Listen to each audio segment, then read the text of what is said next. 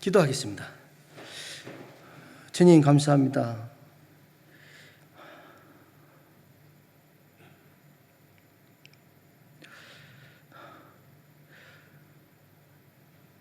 이 먼 이국 땅에서 주님을 바라보면서 주님을 사모하면서 주님이 늘 함께 하시기를 기대하면서 매일매일 살아가는 성도들에게 주님 이 시간 은혜를 베풀어 주시옵소서. 위로하여 주시고 용기를 주시고 매일매일 걸어갈 때 주님의 뜻을 가르쳐 주셔서 정말 주님이 기뻐하시는 삶을 살아갈 수 있도록 인도해 주시고 마지막 때에는 상과 면류관으로 보상받을 수 있도록 주님께서 인도하여 주시옵소서. 주님 말씀을 통해서 주님을 더 알아가는 시간이 되게 하시고 주님의 은혜의 통로 속에 깊이 들어갈 수 있도록 도와주시옵소서. 감사드리며 존귀하신 예수 그리스도의 이름으로 기도드립니다. 아멘. 제가 오늘 드릴 말씀은 제목이 십자가에 담겨진 하나님의 마음입니다. 어쩌면 우리가 신앙생활을 오래 하셨기 때문에 좀 다 알고 있는 말씀이에요. 사실은 다 알고 있는 말씀이지만 저를 통해서 이 시간 한번 좀 정리하는 시간이라고 그렇게 생각하셨으면 좋겠습니다. 바울이 십자가 사건이 창세전에 창세전에 디자인되었다는 것을 늦게 깨달았습니다. 바울은 주 5년에 태어났어요. 그리고 주후 35년에 우리가 잘 아는 것처럼 다메섹 도상에서 기독교인들을 잡으러 가려다가 그 중간에 예수님을 만났습니다. 그리고 유대교인에서 기독교인으로 개종된 사람입니다. 사실 저는 이제 성경을 읽다 보면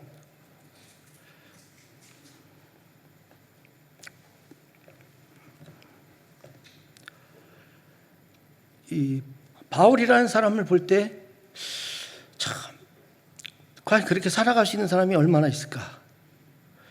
자기의 모든 것을 버리고 조금도 변개치 않고 오직 그리스도의 복음만을 위해서 자기의 일생을 바친 사람.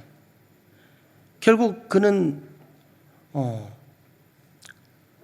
순교를 당했습니다. 그를 통해서 많은 성경이 써지고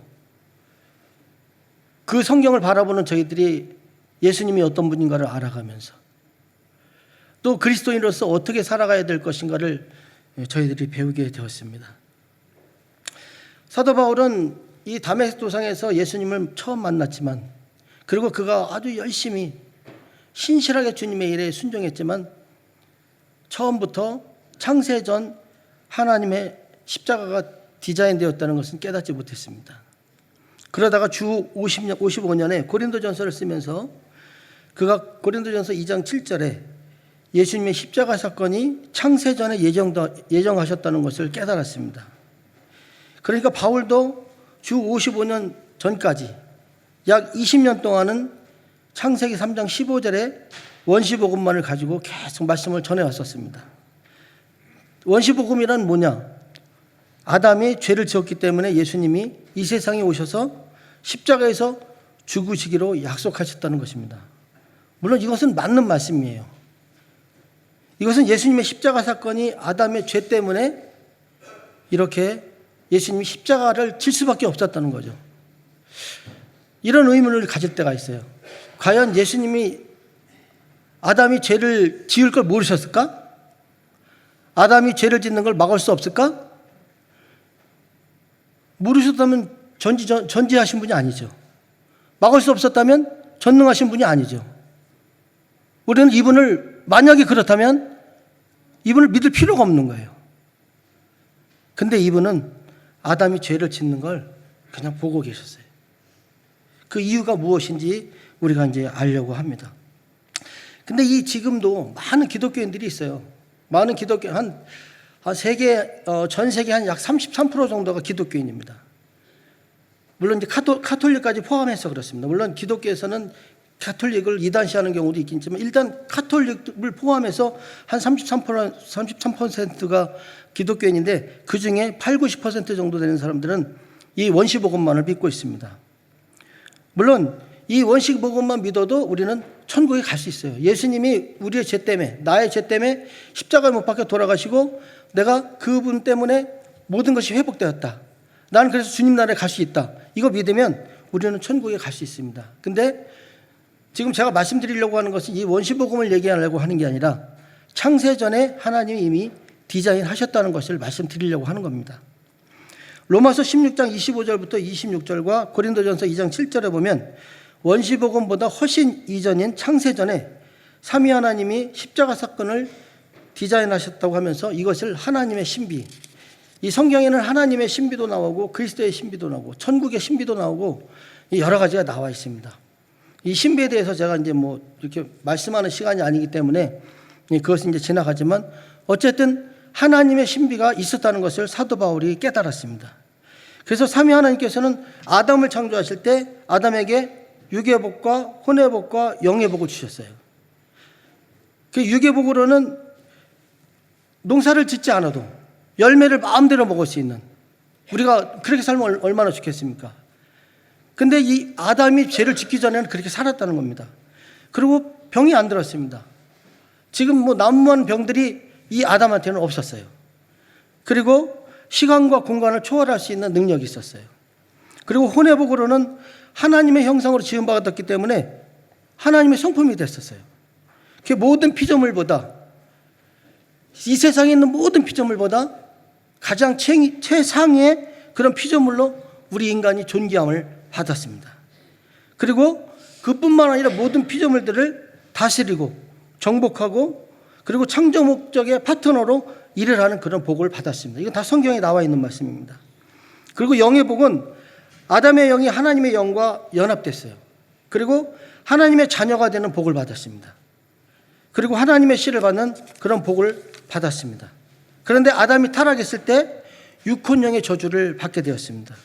육의 저주로는 시간 세계로 떨어졌습니다. 그때부터 시간이 생기기 시작했던 겁니다.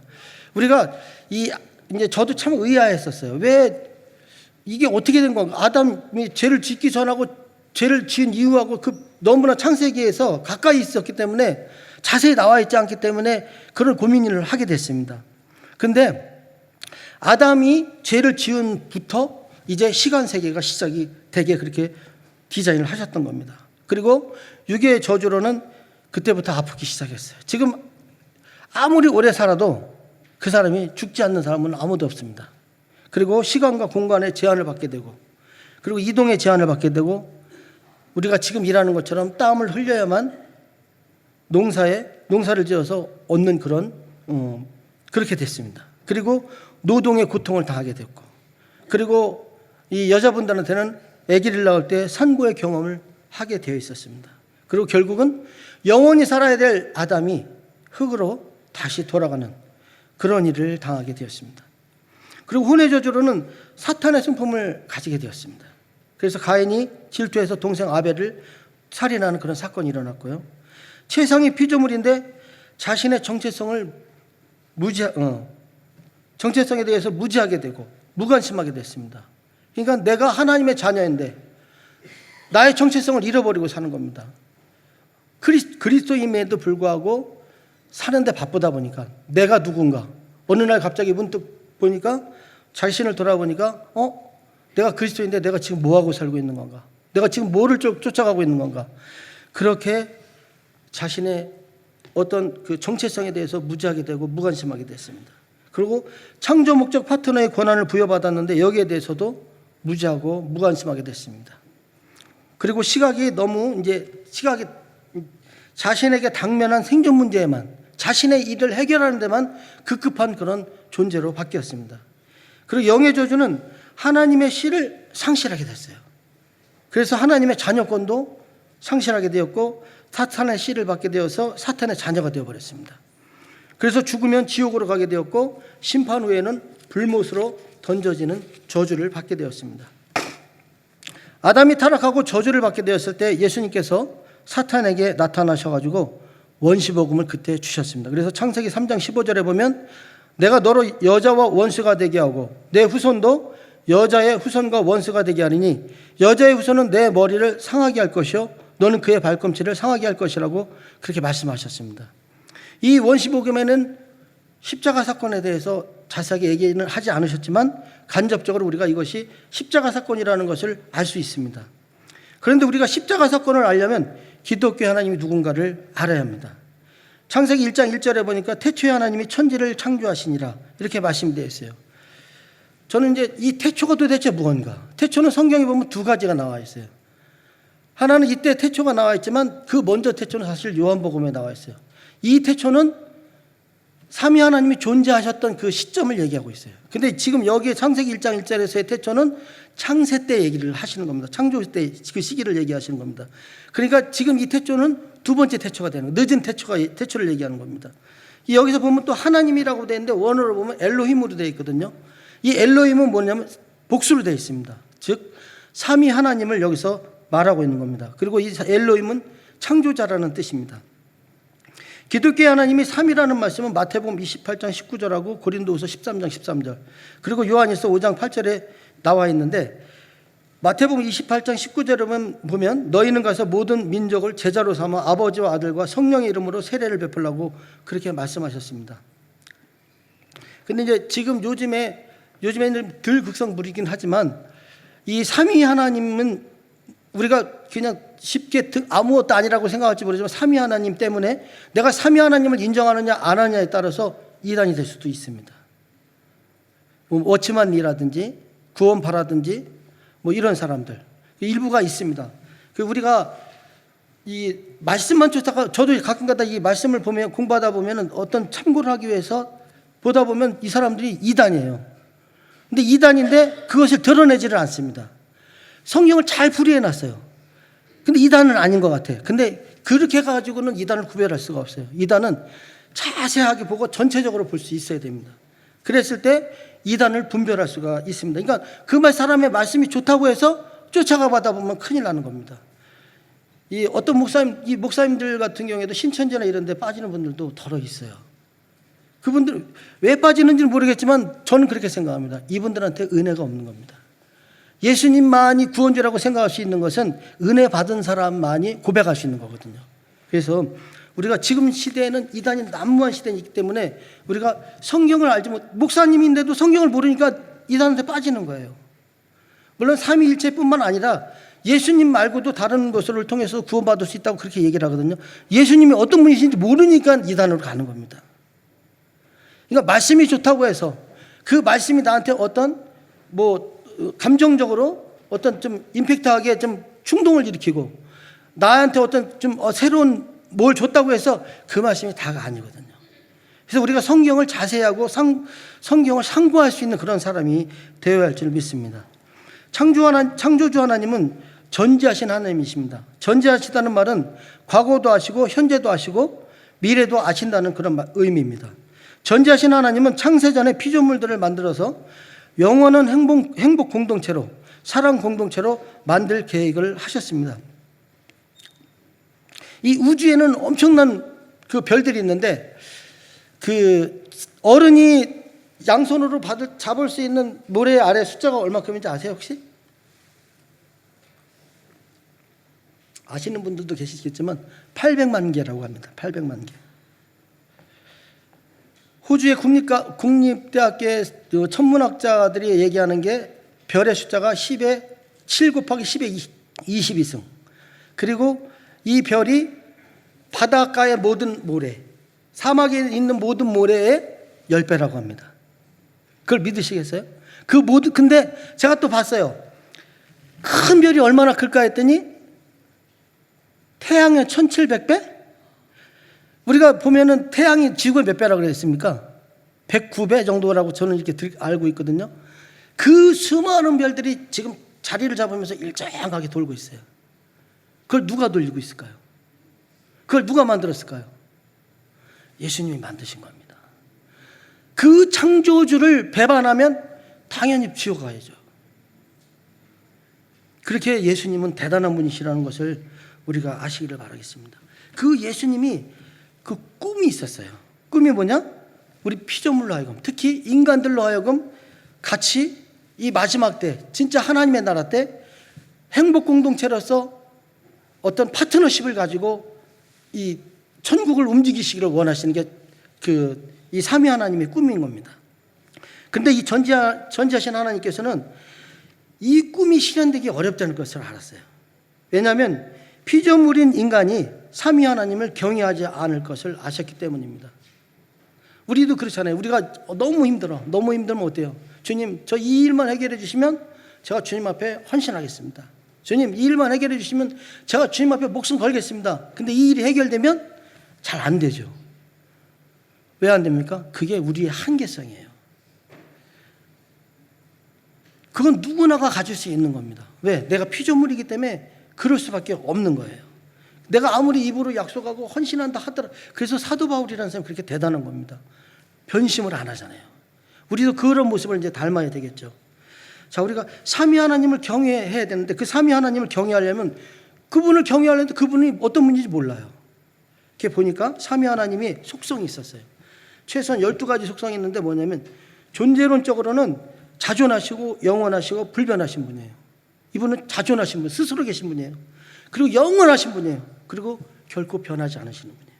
그리고 사역적으로는 창조자시고 전지하시고 전능하시고 무소부지하세요. 여기서 계시는 겁니다. 화장실에도 계십니다. 그리고 내가 어디 있든지 간에 계시는 분이 그분이십니다. 그분은 내가 생각하는 것만큼 어느 한 곳에 갇혀 있지 않습니다. 내가 집에 있을 때는 집에 계시고, 내가 사업장에 있을 때는 사업장에 계시고, 내가 교회에 있을 때는 교회에 계시는 겁니다. 그리고 성품적으로는 사랑이시고 자비하시고 은혜로우시고 공의로우신 분입니다. 그분은 사랑이세요. 근데 반면에 공의로우신 분이십니다. 이 공의로우신 분은요, 내가 예수 그리스도를 통해서만이 구원받는다고 분명히 했는데 사랑이신 분은 그걸 지키세요. 근데 공의로우신 분도 그분은 그 말씀을 지키십니다. 그래서 예수님을 믿지 않는 사람에 대해서 가차없는 거예요. 끝에는 가차없는 겁니다. 그게 공의인 겁니다. 이런 성품이 있다는 것을 우리가 아시고, 삼위 하나님은 전능하시기 때문에 사람들이 삼위 하나님의 속성에 대해서 머리로는 알고 있지만 경외하지 않을 것을 사람을 만들기 전에 미리 아셨어요. 인간들이 피조물 한계성을 가지고 있기 때문에 앞으로 영원 세계에서 육혼영의 복을 노력하지 않고 받게 되면 이 복을 받는 것을 당연하게 생각하고, 또 이 복을 왜 받았는지에 대한 목적을 가볍게 생각하는 거예요. 또 관심도 없고 무지하고 감사도 하지 않을 것을 미리 다 아신 것입니다. 그리고 육혼영의 복을 주신 삼위 하나님의 속성에 대해서도 경외함이 별로 없다는 것을 이 삼위 하나님은요 미리 다 알고 계셨습니다. 시편 111편 10절과 잠언서 1장 7절에 보면 여호와를 경외하는 것이 지식의 근본이고 지혜의 근본이다, 이런 말씀이 있습니다. 그러니까 하나님의 속성을 경외하는 것이 지식과 지혜의 시작이라는 겁니다. 그러니까 우리가 지식이 있어야 된다, 지혜가 있어야 된다, 하나님을 경외해야 되는 것입니다. 호세아서 4장 6절에 보니까 북이스라엘이 주전 722년에 그리고 남유다가 주전 586년에 망했습니다. 여기에 대해서 그 망한 이유를 호세아에게 말씀하셨는데 4장 6절에 내 자녀들이 하나님을 경외하는 지식이 없기 때문이라고 그렇게 말씀하셨어요. 이스라엘 사람들은 노력 없이 선택적으로 그냥 일방적으로 선택하신 분이 이스라엘, 한 민족을 선택하셨는데 이스라엘 백성입니다. 근데 이 사람들이 십계명도 받고 여러 가지 가르침을 받았지만 하나님에 대한 경외심이 없었던 것입니다. 그래서 하나님의 경외심이 없는 자들의 삶을 이 수직계명이라고 하거든요. 이 삶의 여정을 얘기해 준 게 이스라엘 사람들의 그 여정인 것입니다. 그것이 구약인 겁니다. 그 신약에서는 우리들한테 그 모습을 보면서, 그러니까 이스라엘 사람들은 참 불쌍한 사람들이죠. 그 모습을 보면서 그 사람들은 조교와 같은 사람들이기 때문에 너희들 수직계명을 어기면 이렇게 된다 라는 것을 우리한테 가르쳐 주시는 것입니다. 그래서 호세아서 6장 6절에 보면 하나님을 경외하는 지식을 가지는 것이 번제보다 낫다고 했습니다. 그래서 우리가 예배를 드리는 자체 중요합니다. 우리가 찬양하고 우리가 기도하고 우리가 주님 앞에 헌신하고 다 중요합니다. 근데 가장 중요한 게 뭐냐? 주님을 경외하는 마음입니다. 근데 그 경외하는 마음은 교회에서만 경외하는 게 중요한 게 아니라 우리의 삶이 경외하는 삶이 되도록 노력을 해야 되는 겁니다. 그래서 우리가 주님 앞에 매 주일마다 나올 때 멋있게 하고 나오죠. 예물도 드리고 나오죠. 근데 사실은 제일 중요한 것은 나의 삶을 가지고 나와야 되는 겁니다. 주님, 내가 주님 앞에 이렇게 살았습니다. 주님, 내가 주님 앞에 이렇게 살려고 노력했습니다. 그럼 삶을 가지고 주님 앞에 나올 때 이것이 살아있는 번제와 같은 예배가 될 수 있다는 것을 기억하시기 바라겠습니다. 우리는 예배가 살아야 한다고 그렇게 형식적으로 얘기하지만 하나님을 반드시 먼저 경외하는 그런 마음을 가지도록 하시기 바라겠습니다. 인간이 하나님을 경외하는 지식과 지혜가 없는 것은 피조물의 한계성 때문입니다. 육혼령의 복을 대가 없이 받으면 육혼령의 복을 가볍게 생각하고 복을 주신 분에 대해서도 경외하지 않고 가볍게 생각하고 그뿐만 아니라 복을 주신 분의 꿈도 모르게 되는 것입니다. 예수님은 삼위 하나님은 행복 공동체를 꿈꾸면서 이 세상을 만들고 우리를 이 세상에 인간으로 태어나게 하셨는데 그것을 모르는 겁니다. 이 세상이 왜 있는지 자체를 모르고 내가 왜 그리스도인이 되는지도 모르고 우리는 절간에 가서 불교인들이 가서 나의 성공을 위해서 기도하는 것처럼 교회 와서 그 기도만 하고 있고 나의 문제를 해결하기 위해서 예배를 그렇게 드리는 겁니다. 근데 우리가 그것을 벗어날 때 정말 주님이 보시기에 경외하는 그런 예배가 될 수 있다는 것을 기억하시기 바라겠습니다.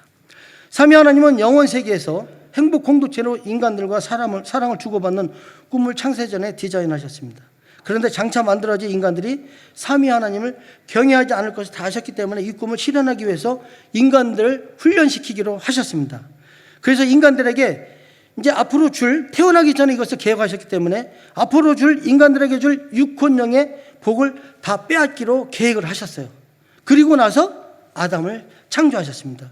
이 세상에서 인간들이 고백한 다음에 다시 고생한 다음에 다시 복을 회복시켜 주시기로 창세전에 디자인하셨던 겁니다. 그러니까 지금 우리가 살고 있는 이 세상은 어느 날 갑자기 뚝 떨어져서 생긴 것이 아니에요. 이 삼위 하나님이 살아계시다는 전제 조건 하에서 이 세상은 어떤 세상이냐? 이미 계획된 세상이라는 것이죠. 그리고 나도 계획되어서 이 시대에 태어났다는 것입니다. 그래서 아담을 창조하실 때 육혼령의 복을 주셨다가 아담이 죄를 지은 후에 저주를 받아서 영원 세계에서 시간 세계로 떨어지게 되었습니다. 그래서 육과 혼과 영의 저주를 받게 되었습니다. 이 저주받은 인간이 스스로 이 복을 회복받을 수 없다는 것을 로마서 3장 20절과 이사야서 64장 6절에서 말씀하셨습니다. 로마서 3장 20절은 사람이 율법을 100% 지켜도 하나님 앞에 의인이 될 수 없다는 말씀입니다. 그래서 율법을 지킬 수도 없지만 율법을 지키려고 할 때마다 자기 자신이 죄인이라는 것을 깨닫게 된다는 겁니다. 그리고 이사야서 64장 6절에 보면 인간의 선한 행동은 다 더러운 옷과 같다고 그러셨어요. 다시 말해서 율법을 아무리 지키려고 해도 아무리 인간이 선한 행동을 해도 주님께서 보시기에는 그걸로 가지고는 회복받지 못한다는 겁니다. 율법의 저주에서 다시 그 저주를 벗어나서 회복을 받지 못한다고 그렇게 말씀하시기 위해서 로마서 3장 20절과 이사야서 64장 6절에서 그렇게 말씀하신 것입니다. 그래서 성자 예수님이 성육신하셔서 우리의 저주를 십자가에서 완전히 받으셨습니다. 그래서 예수님을 우리가 대속자라, 우리의 죄를 대신해서 지셨다고 해서 대속자라고 하는 것입니다. 그러니까 예수님의 십자가 사건은 창세전에 이미 디자인되었다는 것입니다. 이것은 하나님의 신비이기 때문에 우리 피조물들이 소화하기 아주 힘듭니다. 이 하나님의 신비는 예정하신 것이기 때문에 이 예정에 의해서 루시퍼가 타락했습니다. 그리고 루시퍼가 타락했지만 3분의 1을 데리고 쫓겨났는데 이 쫓겨난 루시퍼한테 이 하나님은 뭐라고 주셨냐면 이 세상 왕이라는 타이틀도 주시고요. 이 세상 신이라는 타이틀도 주시고 그리고 공중권세 잡은 자라는 그런 타이틀도 주셨습니다. 이 루시퍼를 통해서 뭐가 만들어진? 타 종교들이 만들어진 것입니다. 그러니까 하나님의 자녀들은 오직 예수님만 믿고 그러면서 하나님의 자녀들로서 나중에 구원받지만 하나님의 자녀가 아닌 사람 물론 무신론자도 있어요. 무신론자도 마찬가지입니다. 그들을 포함해서 하나님 예수님이 아닌 다른 종교를 가진 사람들은 다 지옥 가게 되어 있는 것입니다. 자, 사탄의 세력이 하나님을 대적했을 때 바로 불못으로 던지지 않으셨어요. 나중에 계시록에 보면은 이 세상이 끝날 때, 이 세상이 끝날 때 사탄도 다 불못으로 던져지게 되어 있습니다. 아담이 창조되기 전에 에덴 동산에 이미 사탄이 있었습니다. 그리고 사탄이 아담을 유혹할 때 성령님께서 아담을 도와주지 않으셨습니다. 왜냐하면 창세전에 예수님이 이 세상에 내려오셔서 대속자가 되셔야 하기 때문이에요. 그래서 막으셨던 겁니다. 그러니까 아담이 유혹당할 때 그냥 내버려 두셨다는 거죠. 다시 말해서 이 세상은 우연히 생긴 것이 아니라는 겁니다.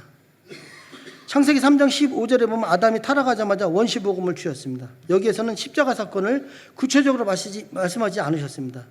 자, 그리고 신명기 21장 23절에 보면 주전 1500년에 모세에게 율례를 주셨습니다. 그러면서 이때 그 주신 말씀이 신명기 20장 23절에 나무에 달린 자는 하나님께 저주를 받은 사람이라고 그렇게 말씀하셨어요. 그러니까 예수님이 나무에 달려서 십자가에 달려서 죽을 것을 이미 모세에게 가르쳐 주셨어요. 그리고 주전 1000년의 다윗에게도 이 십자가 사건이 반드시 있을 것이라는 것에 대해서 말씀하셨는데 시편 22편 1절에 보면 내 하나님이여 내 하나님이 어찌 나를 버리셨나이까 어찌 나를 멀리하여 돕지 아니하시오며 내 신음소리를 듣지 아니하시나이까. 이렇게 다윗한테 보여주셨어요. 그런데 이 말씀이 마태복음 27장 46절에 보면 제9시쯤에 예수께서 크게, 오후 3시를 얘기하는 겁니다. 크게 소리질러 이르시되 엘레리 라마 사박다니 하시니 이는 곧 나의 하나님 나의 하나님 어찌하여 나를 버리셨나이까 하는 뜻이라. 다윗이 환상으로 본 그대로를 주 30년에 예수님이 십자가에서 재현하셨던 것입니다. 이 순간은 과거에 있었던 하나님의 자녀들, 그리고 현재 있는 하나님의 자녀들, 그리고 앞으로 태어날 하나님의 자녀들의 저주를 예수님이 뒤집어 쓰시는 그런 장면입니다. 그러니까 아담 타락부터 심판 때까지 하나님의 자녀로 예정된 자녀들의 저주를 뒤집어 쓰신 순간이 예수님이 십자가에서 엘리 엘리 라마 사박단이라고 큰 소리로 외치셨던 것입니다. 요한복음 19장 30절에 보면 예수님께서 다 이루었다라고 그렇게 말씀하셨습니다. 다 이루었다는 말씀은 뭐냐면 창세전에 삼위 하나님께서 창세전에 예수님이 이 땅에 오셔서 인간들 대신에 대속하실 것을 십자가에서 대속하실 것을 예정하신 것을 그것을 다 이루었다는 그런 말씀을 하시는 것입니다. 갈라디아서 3장 13절에 보면 사도 바울이 주 49년에 그리스도께서 우리를 위하여 저주를 받은 바 되서 율법의 저주에서 우리를 속량하셨으니 기록된 바 나무에 달린 자마다 저주 아래에 있는 자라 하였습니다. 이때 바울도 신명기 21장 23절을 인용하면서 예수님이 우리를 위해서 저주를 받으시고 율법의 저주에서 우리를 속량하셨다고 분명히 말하고 있습니다. 그러니까 율법으로는 우리의 저주가 말살되는 것이 불가능하기 때문에 예수님께서 우리의 율법의 저주를 뒤집어 쓰셨다는 것입니다. 주 65년에 베드로가 순교당했는데 베드로가 주 64년에 베드로전서 2장 24절하고 3장 18절을 쓰면서도 똑같이 예수님께서 우리의 죄를 뒤집어 쓰셨다고 기록했습니다. 예수님이 우리의 저주를 뒤집어 쓰셨기 때문에 우리는 저주에서 복으로 다시 회복받게 되었습니다. 그런데 육혼영 중에서 영의 복은 이미 우리가 회복을 받았어요. 그래서 우리는 하늘나라에 시민권이 있다고 사도 바울이 얘기했습니다. 그런데 육과 혼의 복은 아직 실현되지 않았습니다. 이것을 지연시킨 복이라고 얘기하는데 우리가 이 세상을 사는 동안에 얼만큼 하나님의 성품을 닮았느냐에 따라서 주님의 나라에서 계급이 결정되는 것입니다. 그러니까 우리가 주님 앞에 여러 가지 봉사도 하고 헌신도 하지만 가장 중요한 것은 사실 성품입니다. 어떤 사람들은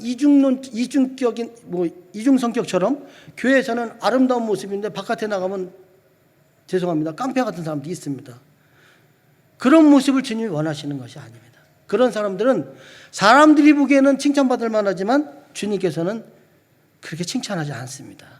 그래서 우리가 이 세상에 살 때 어디서 물론 우리가 하루아침에 바뀌지는 않지만 우리의 성품이 예수님의 성품을 닮아가도록 노력할 때 주님이 기뻐하시는 것입니다. 그리고 우리가 나중에 심판 후에 주님이 우리한테 우리가 상상하지 못하는 생각하지도 않은 상과 면류관을 주실 줄 믿습니다.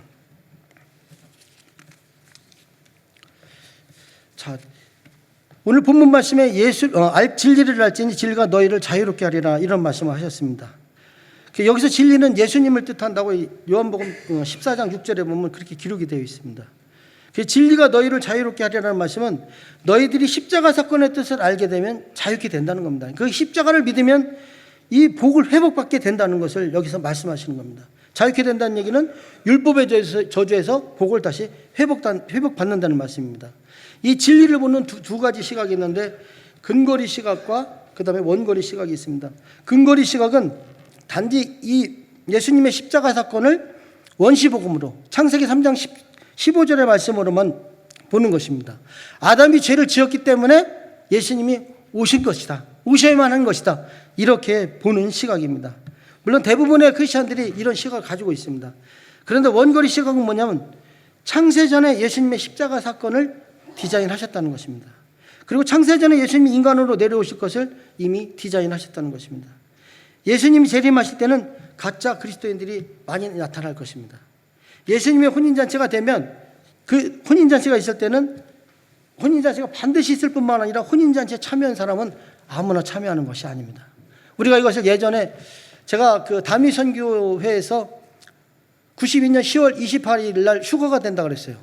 제가 안 잊어버리는 이유는 아까 이제 목사님이 저희 딸이 김여은이라고 했는데 김여은 100일 날이 그날입니다.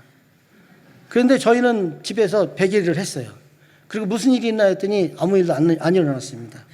예. 분명히 근데 들림 사건은 있습니다. 근데 어떤 목사님들은 모든 그리스도인들이 다 들림 받는다고 하는데 저는 그렇게 생각하지 않습니다.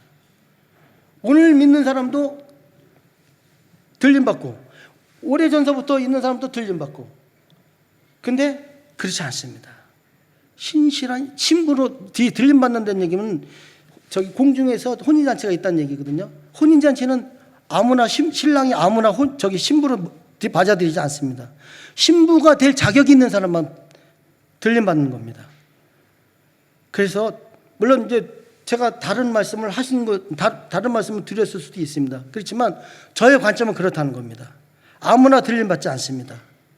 그래서 분명히 근데 성경에는 들림 사건이 있다고 얘기를 하고 있고요. 근데 그날과 그 시는 저희도 모르겠습니다. 저도 모르는 거죠.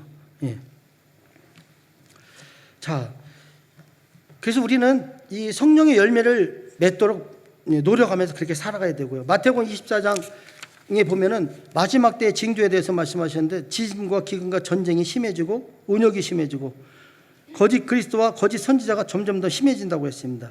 자, 우리가 지난번에 그 코로나가 발생했죠. 저는 또 생각을 합니다. 더 코로나보다 더 심한 것이 분명히 올 것이다.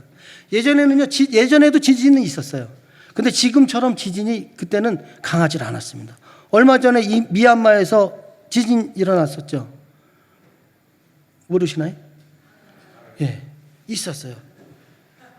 지금 지진이 점점 강해지고 있어요. 그건 무슨 뜻이냐? 예수님이 심판 때가 가까웠다는 겁니다. 어떤 신학자들은요, 이 7년 대환란에서, 물론 어떤 분은 7년 대환란이 없다고 그러는 분도 있어요. 근데 어떤 신학자들은 7년 대환란이 뭐라고 하냐면 세계 제3차 세계대전이라고 그렇게 얘기하시는 분들도 있습니다. 그런데 전쟁은 계속 끊이지 않고요. 그리고 온역도 앞으로 점점 더 심해질 겁니다. 근데 우리는 두려워할 필요 없어요. 왜? 우리는 분명히 알고 있잖아요. 왜? 어떻게 알아요? 마태복음 24장에서 주님이 말씀하셨잖아요. 전쟁이 일어날 거야. 그리고 더 지진이 더 커질 거야. 그리고 온역이 더 있을 거야. 알려주셨잖아요. 그럼 우리는 대비만 하면 되는 거예요. 대비. 어떻게 대비해요? 우리는 온역 이길 수 없어요. 전쟁 이길 수 없어요. 기근 못 이겨요. 그래서 우리가 주님 안에 살아야 되는 겁니다.